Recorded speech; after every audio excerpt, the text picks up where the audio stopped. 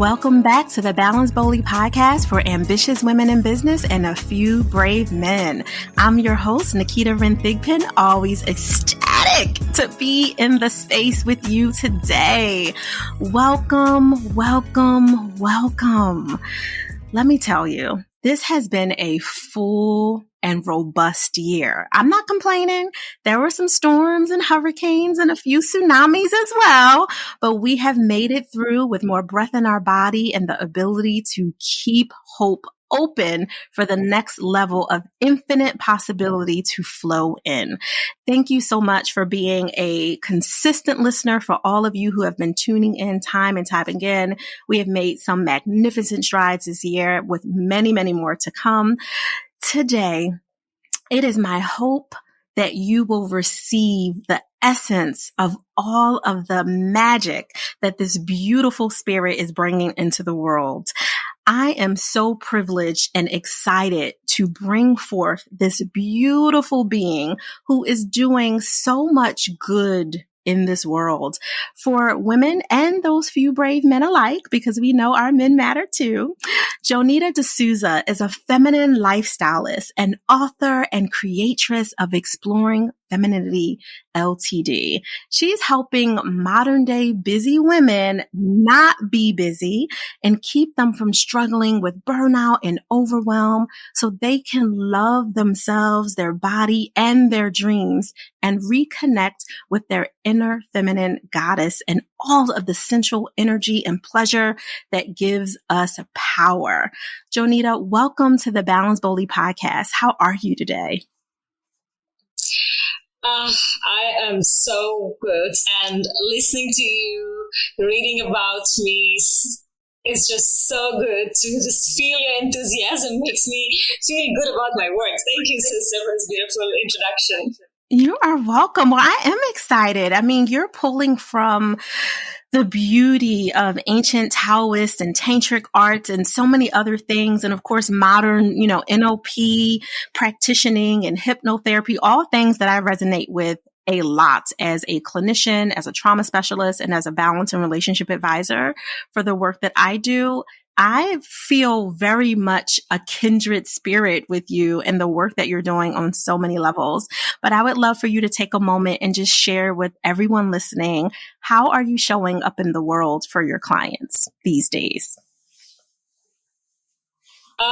These days, we live in a totally different world right now, isn't it? Yes. Post the pandemic. Well, how am I showing up these days? One thing that 2020 really taught me is the true understanding of self-leadership. And that used to be something that I used to teach and, coach around. But when I was stuck in an island for 6 months during the time of pandemic, and I had no internet, very little water supply, very little electricity connection, and no family and friends around, I knew that I have to tap that resource, that powerhouse that already exists in me and hold myself through this. When the entire world was going into chaos and confusion and fear of unknown. And I realized something, that self-leadership to me is no longer about holding a high vibe, but a bigger vibe.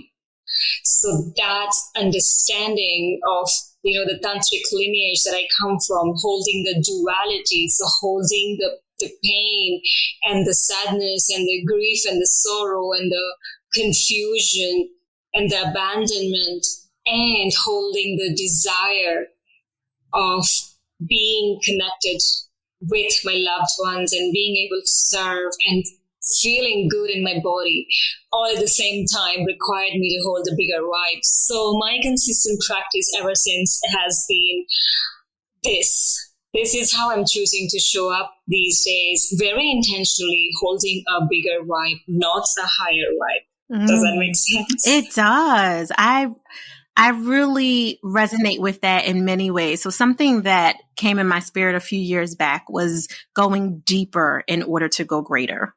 And I feel very much that that's what you're saying. Like, it was bigger, it was deeper in order for it to be a greater pool of you versus you trying to control the narrative of all the things and you leaning into your core truth, which I believe is dictated by the higher God power within us. And I don't know if that's where you also stand and resonate, but that's what I heard when you said it. Yeah, exactly. There's, the work we do, and there is a lot of responsibility that we often, put on ourselves to be the leader from the front. But then, what I learned and went through was something, how I can feel good about leading from behind, and how I can hold a container for myself and container for what is happening in the world through my own presence. And it may not even mean anything to anyone, but can I still do that? Right? Yeah. No, that makes a lot of sense. There was, I don't know if it's considered a proverb or just a beautiful metaphor, but I remember reading about wolves. And in wolf packs, the leader actually leads from the back. So there's strong wolves in the front and the older, younger, maybe weaker, less trained wolves are in the middle. But the actual formal leader of the pack is in the very back to catch anyone who falls and to protect all of them. So I know there's there's nuances around all the things that we've heard, like leaders lead from the front, right? Like all the things we've heard. But that story of the wolves and how they do it different really resonates with me at my core in so many levels. And when you were sharing what kind of came up for you over the last few years, while we were all experiencing what I consider an unsolicited and very disruptive gift, which was the pandemic. And that came up for you was you tapping into something much bigger than you and the awareness that you don't have to do what everyone else is doing and quote unquote lead from the front. Yeah, exactly. And, it has been a blessing in disguise for a lot of us because we've been forced to stop and really look within. And I think a lot of us did not, take that as an important thing. And we were just being such a progressive society in itself, like, just getting out there and doing great things, including, us leaders. We have such tight schedules and all of that. And so what I also understand is that right now with everything that is happening and specifically, working with women, more and more of us are understanding the value of leadership from within and not the leadership that we've been taught, to be the loud one or to be the dominant one or to be out there. But how do we really show up so people around us begin to feel good about themselves, and how we can bring the best out of them by being really, really honest and compassionate and in integrity with our own selves in a real fierce grace way. Yeah, no, I resonate with that a lot for multiple reasons. My own leadership journey was not linear, right? It was very roller coaster, big circles, winding roads in the process. And it really all led to me doing the leadership personal development so that I could attract the right people to me, and not just, on the work end, which work matters. Work is important. We love our work. Our work is impactful, but also on the personal end, right? Like, attracting quality humans to us as friends that are not judging and that can have courageous conversations that don't need to fit into their box of perspective that they're coming from, but being open to listening and learning and hearing, even if they don't agree, but being able to hear different opinions and ways of thinking and being, and knowing that you can attract that to you without having to chase it or hunt it. And of course, I'm referencing platonic relationships, but this also applies to you attracting your forever lover if you haven't already attracted that person. And it really does make a big difference when you're doing the internal leadership, personal development work. That's so true. And all our triggers literally become alive when we meet that person that we want to get intimate with, or when we get close to someone, we find this strong connection and bonding, and that's when all the triggers start popping up from left, right, center. It doesn't matter how much work you have done on yourself, and it's really interesting to go into the witness consciousness and really observe. And sometimes, we can be really dramatic and, what do we say, a drama queen around it. Or like I have understood that, instead of looking at all those triggers from a perspective of, okay, now this is something I need to correct within me, or this is something I need to heal, or this is something I need to work on. How can I infuse more lightheartedness and also connectedness to the understanding that a trigger is it doesn't define me. It's not my definition. So I've seen time and my experience too. I used to get so triggered by, my man around for little things, which I thought was defining me and my capacity to have a beautiful romantic relationship. But no, that's not true. It's just what is. And we let that define ourselves and our worth. Yeah, I totally believe in that as well. So I'm curious, Jonita, with the work that you're doing as a feminine lifestylist, who's also a life coach and NLP practitioner, like, girl, your resume is stacked, okay? And with everything that you're, all the tools in your toolbox that you're really pulling from and using. And of course, your intuitive power is probably one of the strongest ones in directing you of which tool to pull out your toolbox to serve the women or the other humans that are in front of you at the time. Is there something that you're seeing as a pattern over the last maybe year or so working with your clients that seems to be entangling many of them into maybe stories or blocks or just ways of being that they're really struggling with getting out of? And how are you helping them move forward through that? Yeah. So one of the things that is becoming really apparent with working with women over the last few years is the anger. The anger that is showing up in so many different ways and it's a collective story right now as we speak.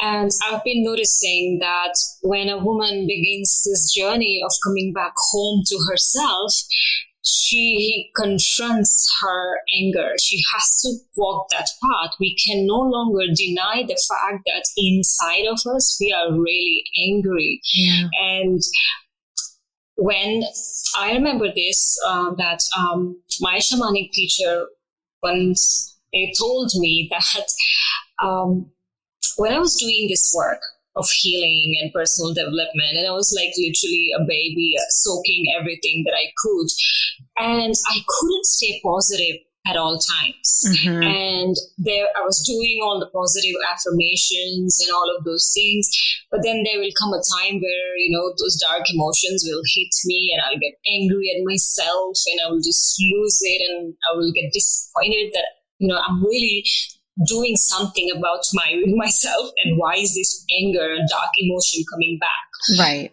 And that's when she told me, my teacher at the time, that it's good when you begin to do the spiritual work, you should expect to find a lot more anger in you than you really expect, specifically as women. And that hit me so hard, because I was like, no, but I'm not angry. I'm okay. I just need to just work on my confidence. Yeah, I just need to get more confident, but I'm not angry. Right. And she was like, no, girl, no, girl, you are. Yeah. Yeah. Where do you think the anger was coming from? Hear that? Yeah. So oh, I didn't know. I didn't know, and I was terrified to hear that. But secretly, to be really honest, within me, it felt good. It felt like a relief that, okay, that means I'm not crazy, and I'm not the only one who feels this way. Right. Yeah. So this has been a pattern.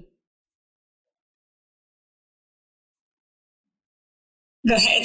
No. Go ahead. I'm saying, yeah, I totally agree. Mm-hmm. Oh, yeah. Okay. Yeah. So this has been a pattern that I've been noticing, that a lot of us women, specifically, we are really angry, and then we realize, and this anger is really different from the egoistic anger. Mm-hmm. This is an anger of true emotions not expressed in ways that it should be or could be or whatever. But we know that deep inside there has been so much of suppression and unmet, unseen, unheard feelings that lead to, or that led to, that suppressed anger. And when we start doing, in my workshops, when we start doing movement practice or some breath work or some somatic practices, this comes out. Women are angry. And here is where we have to understand that this is nothing to be scared or afraid of. And this anger can be really used as a catalyst for breaking down ways that are no longer serving us. Yes. No, I love that. And I appreciate that you're tapping into the importance of the body work, because we know that trauma lives in the body, and the body does not lie. It literally tells on us when we refuse to listen. And you acknowledging that through the work that you're doing is really crucial for all the women that you're helping. Yeah. And what I understood is that, the feminine is the dark, right? It's the dark. And we've got to understand as women that we are cyclic in nature, and with the cycles of the moon, we are affected. With our own bleeding cycle, we are affected. So as long as we are in a woman's body, we go through the whole range of emotions, and those dark emotions come back to us at a certain point in the cycle, whether it is before our bleeding time, or whether it is during the dark moon, new moon time. So these are the times that when we get aware of these patterns, then we know how to work with it. And I like to say that instead of fighting with this dark feminine, we get to embrace and dance with this dark feminine energy, because this dark feminine energy is not really our shadow or our unhealthy part, but it's our unexpressed. So it's not the unhealthy, but it's the unexpressed part. Yeah. And just giving it space in our body through practices like movement, sound, breath really allows that unexpressed emotion to be felt. And in that, we find the juice of our real purpose of that anger or the rage. And sometimes it's just release. The real purpose is just release. There's not always something to do, like we think what to do with this emotion, right? Yeah. And to your point, the release, which sounds simple, isn't always easy because we're constantly blocking the process of it by looking for something to do, right? Like, well, how do I release it? Like, what do I have to write something, draw something? Like, we're as women, we're constantly fixing other issues. We're firefighting, like, right, all the time. And so it's odd for us to just be and understand that we have the power to release it when we say it is so. Yeah, it's like, take off your Band-Aid and let yourself bleed, because we're afraid of that experience. We have been hurt several times in the past, so we're afraid of the pain. And when we allow ourselves to, let ourselves bleed through our emotions, we will understand that it's okay. You reach a sense of safety in your body. That's your natural response, body's natural response that exists in each one of us, no matter how much ever deep trauma we've been through, gone through.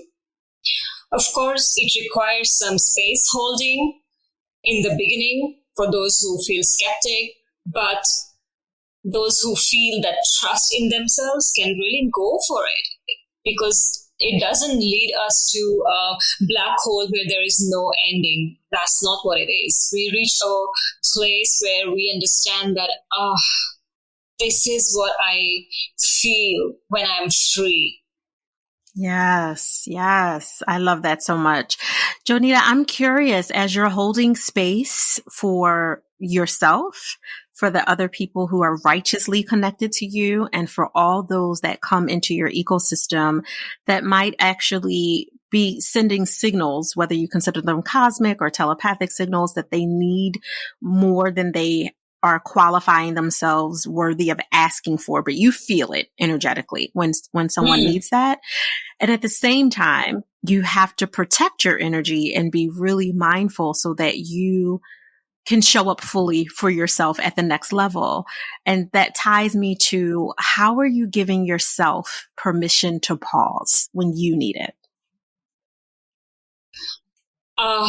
This, my dear sister, is a constant practice. I must say, I don't think that I stick to a particular routine around giving myself a pause. However, there is a routine as well for me. I feel like I need my space in the mornings, no matter what. I'm not talking to anyone. I'm not answering any calls or doing anything. Like the first half an hour that I wake up, I am in silence and I'm doing my things, but I really need that space. And right now I'm traveling in India, and I've been traveling over the last 1 year. So there's a lot of moving pieces, but I just like to take the moment. I put my beautiful silk eye mask, close my eyes and just go into this dark space, and that's it. Like, just hold my body whenever I need. Earlier, I had to remind myself. I kept plenty of reminders on my phone, in my diary, to help me get into the habit of pause, time to do nothing, Yes. So create like really fun stickers and mementos around me to just remind myself. And also after every session with a client, I give myself the space to de-ground, to let that energy just go away and hold myself. Many times I'm holding myself and just smiling. And that's pause for me. No, I love that. And I appreciate that you're being really honest about the fact that this is a practice. There's no perfect way. There's not even necessarily always going to be your go-to way when different energies are vibrating in your body and calling you forth to do something uniquely different. But the fact that you are mindful that, hey, I have a very robust schedule. I need to set an alarm, right? To make sure that I'm taking a pause. That matters for people, because sometimes a lot of the listeners, as ambitious women and those few brave men, sometimes they think that they're not as good as someone else because they have to set reminders. When I think reminders are strategic and smart and brilliant of you to, right? Prioritize yourself that way. Yeah, totally. And then there are times that I just go, and right now I have my family around and my husband. So I just go and announce like, okay, I'm going to the bedroom. I'm locking myself for the next 15 minutes. Please take care of yourselves by however ways. I don't know anything and I don't care anything. When I feel like I'm on the verge of breakdown, I need my space. I just lock myself up for 10 minutes, and I announce that before. And so that no one is coming looking for me and, wanting to do something with me. And that 10 minutes is always available. And if someone tells me that, oh no, I don't have that 10 minutes, then there's a really important question to ask, like, what are you doing with your life then, if you don't have those 10 minutes? Right. Absolutely. Like, this is a time to maybe recalibrate and consider a different way of being. If you can't create the spaciousness for 10 minutes for yourself. I totally agree on so many levels. Jonita, I could talk to you forever. Please let everyone know how they can connect with you and learn more about the great work that you're doing in the world. I am mostly active on Facebook only these days. So you can find me on Facebook. Just type Exploring Femininity. That's where most of my work goes on a regular basis. There's plenty of free resources and classes there. So yeah, that'll be the best place to go for now. Well, that is perfect. Jonita, thank you for carving out time today, especially I know you're in a completely different time zone as you're traveling and you're in India right now. So we appreciate you here at the BBP, and I value your vulnerability, your strength, and your honesty here on the show. Thank you again. It's such a pleasure to talk with you, and it's so much fun to talk with you. I love your energy. Love the space holding that you do for the listeners as well as the speakers that come on this podcast. It's amazing. Oh, thank you. Don't make me cry. Those are liquid joy and not my thug tears, so it's okay. Balance Boldly listeners, thank you for showing up and playing with us today, leaning in and listening. I ask you, if you are new to the show, to do two things. The first is to honor our expert, Jonita D'souza, and make sure that you follow her and connect with her. And if for some reason you don't feel that there is the direct alignment that you need, that's okay. There's no judgment. We do know that there are 6 degrees of separation, and there is always at least one person in your ecosystem that you know could be fueled and could literally get so much value from this one episode. So share it with them. That's the best gift that you can give to me and to Jonita. So thank you for that. The second thing is to do what I want all of you to do every single week, which is enjoy the balance of your day, but remember, do it boldly.